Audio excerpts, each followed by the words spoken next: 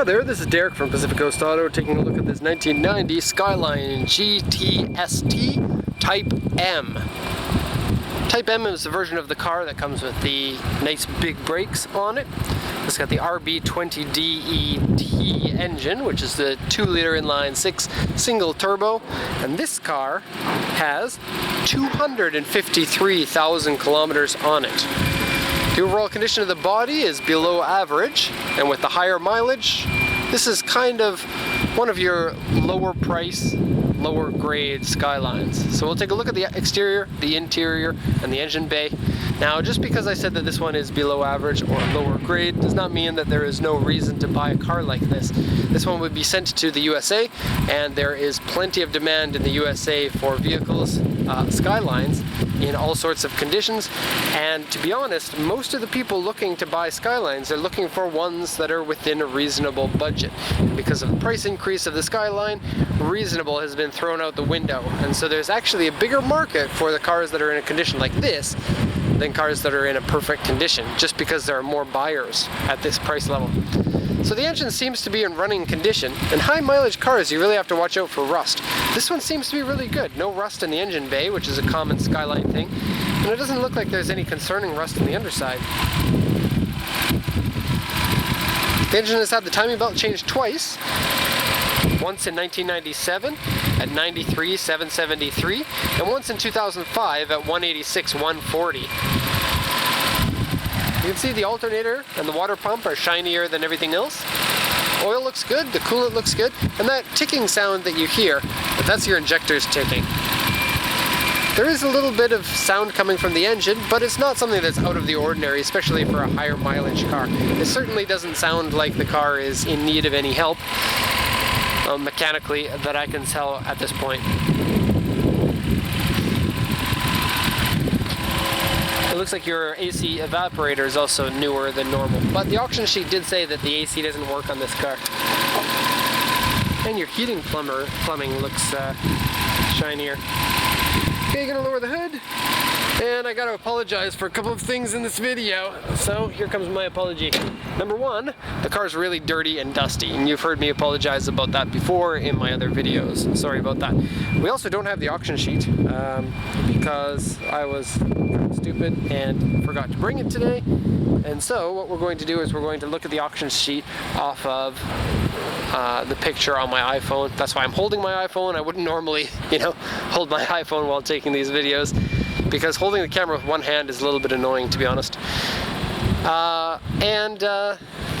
There was one other thing I needed to apologize for. I can't remember what it is. Anyway, let's take a look at the auction sheet. We'll just put this iPhone here. I don't want any comments in the comments section about iPhone versus Androids.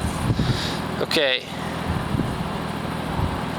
Here we go, 253,025 kilometers, original black, Skyline GTS-T Type M, grade R, interior grade C, 5-speed manual, RB20DET engine, aftermarket exhaust, original 16-inch wheels, turbo timer. Okay, the report here says interior dirty, scratched, windshield rock chip, wheels scratched, door mirrors paint peeling. Windshield rock chip. Here's an example of one. Can you see that? They're usually about 1 millimeter in size. There may be a couple of them scattered around, but they won't be cracked, and the rock chips don't go all the way through the glass.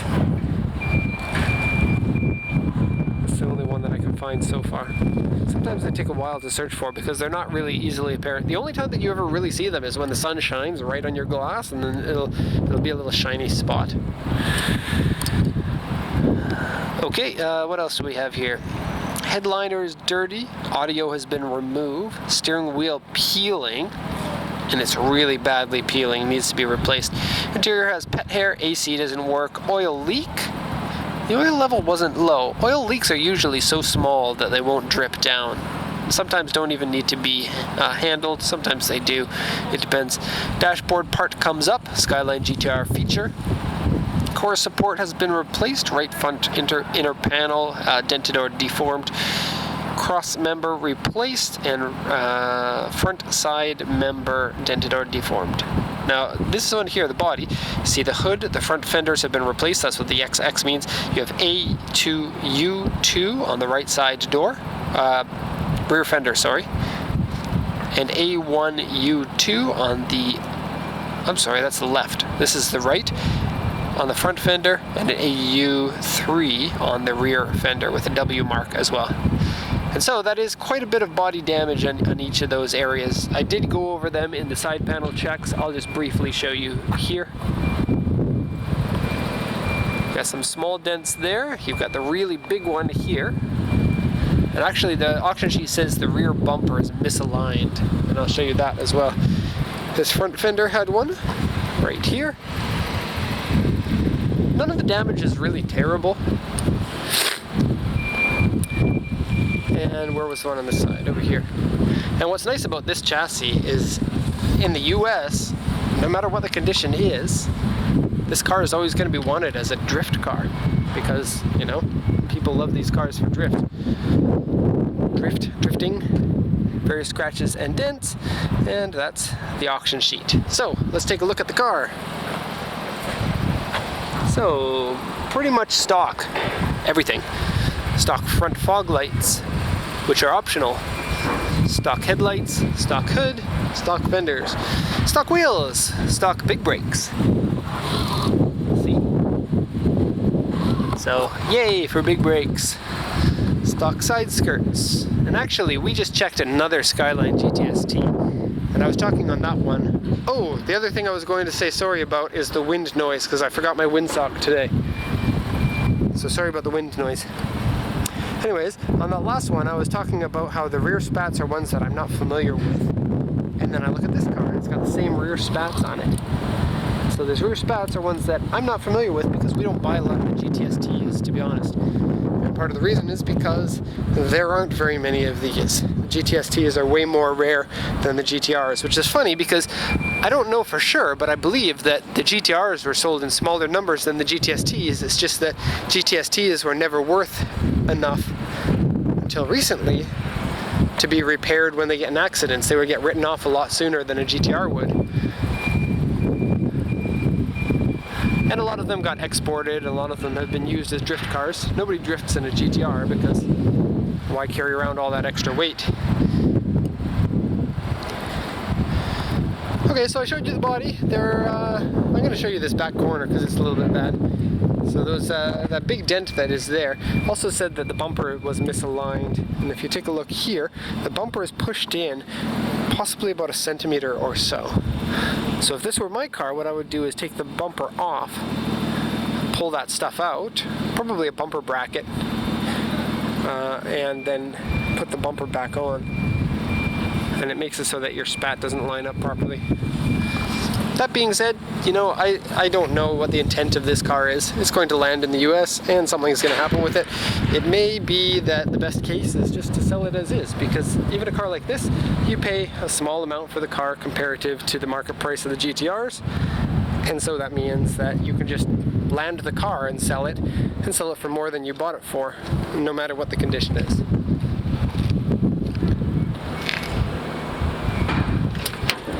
It's nice to see that a car like this runs well for having 252,000 kilometers on it. A little bit of saggy baggy in the card here. You can take it off or you can glue it back on. Or you just tuck it in. Look, I fixed your car. This one kind of is lame. Power window doesn't work. Switch is no good. Or the regulator is no good. I don't know which one of the two. Folding mirrors are good on both sides, which is an uncommon thing on GTRs, but the window won't come up, and so we got to cover this window in plastic. So unfortunately, the first time you see the car, it's going to have plastic. It's like meeting somebody that you met online for the first time, and they've got like an eye patch from laser eye surgery or something. Super peeling. So aftermarket steering wheel. The nice thing about these cars is they're old enough to not have an airbag, so you can put on any aftermarket steering wheel that you want. GTS-T style seats, super dirty inside here and in various other places. 253.027 kilometers on there. Dashboard part comes up a little bit and a little bit of glue on it up there. Shift knob's been replaced not too long ago, probably within the last 5 years or so, judging by the amount of wear. This is all worn out, and this one peels. Not as bad as is average on these, I think. They usually separate right there. Auction sheet said the AC doesn't work, but I don't believe them because it feels like it works to me. It just might not be working very strongly. Headliner. This is funny. When you pop the seat, it doesn't fold all the way forward. And it looks like your bolsters are too big. So it's a car that was never meant for people to go into the back seats. Move your carpets back into place. Okay.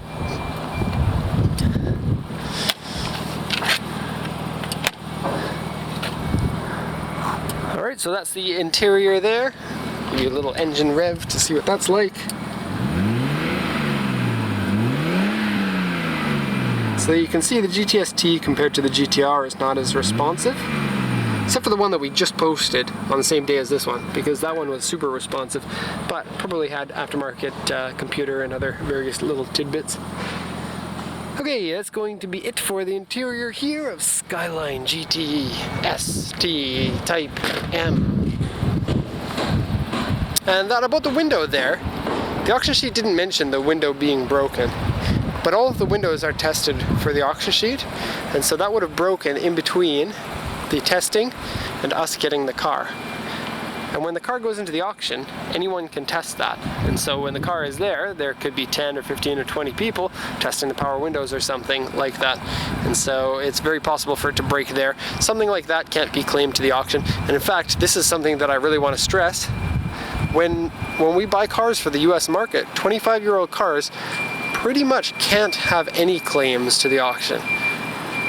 And so it is a risky thing. You can't just expect to get a perfect car.